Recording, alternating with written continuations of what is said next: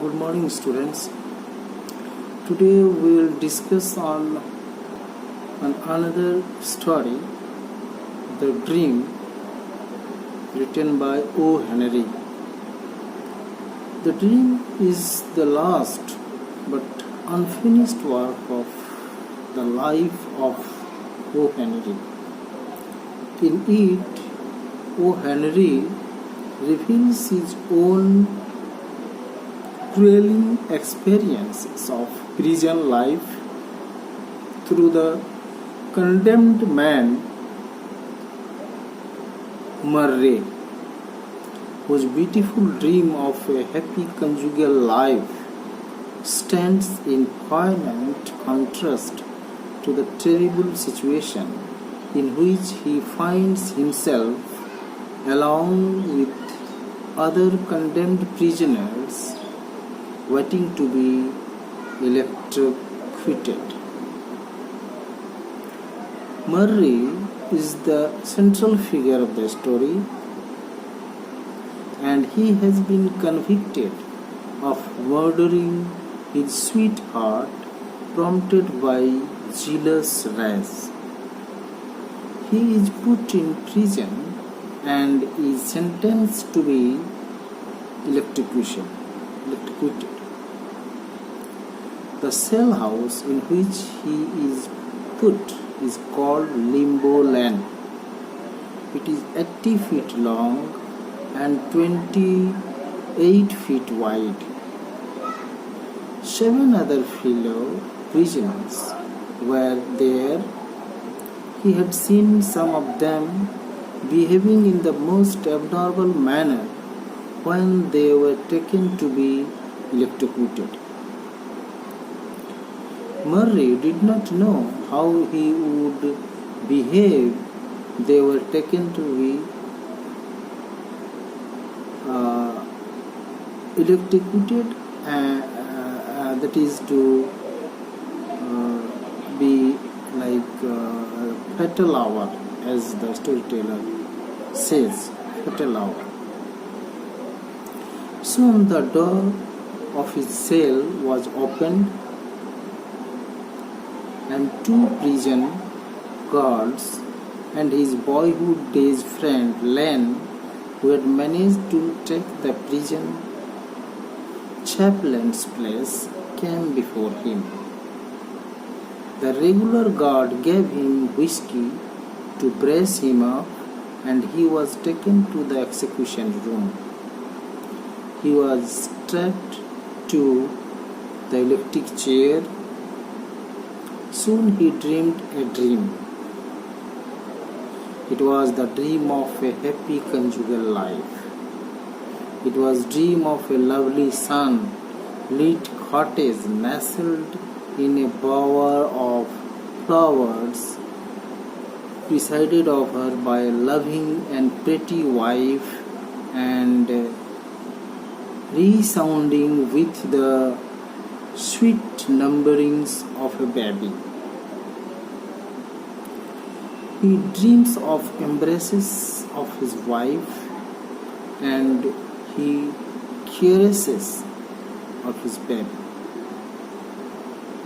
He dreams of a happy married life, but he had dreamed a wrong dream. He was electrocuted for having murdered his sweetheart, being prompted by jealous rage.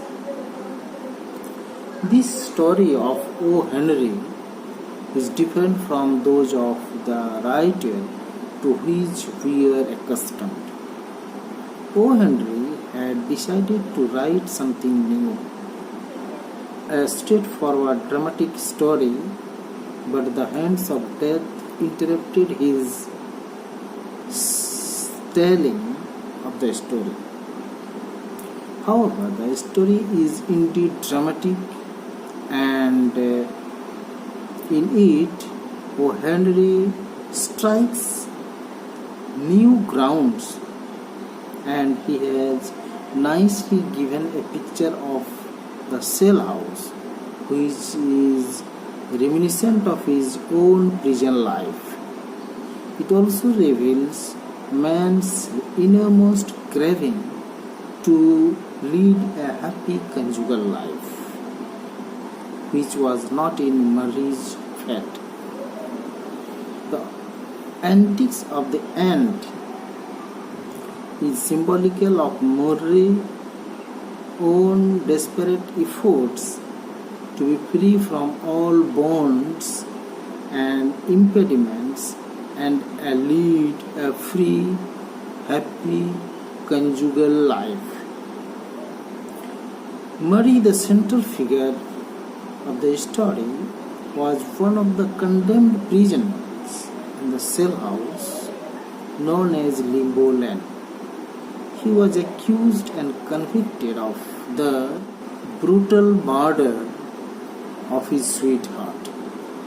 But he had done this brutal act being prompted by jealous rage.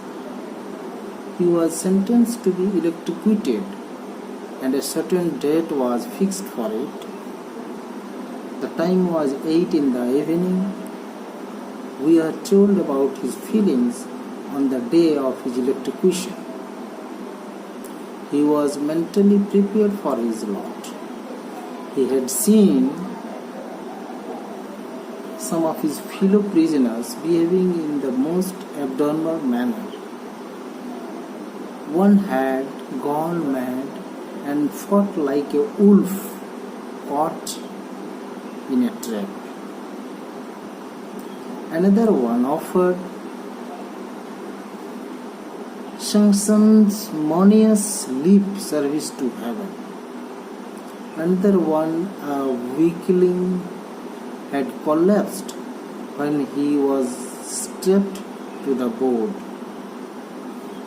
He did not know how he would fare when he would be led to the electric chair. He was deceived by his old friend of boyhood days, Lane, who had managed to take the prison's chaplain's place. In the last portion of the story, we see that Murray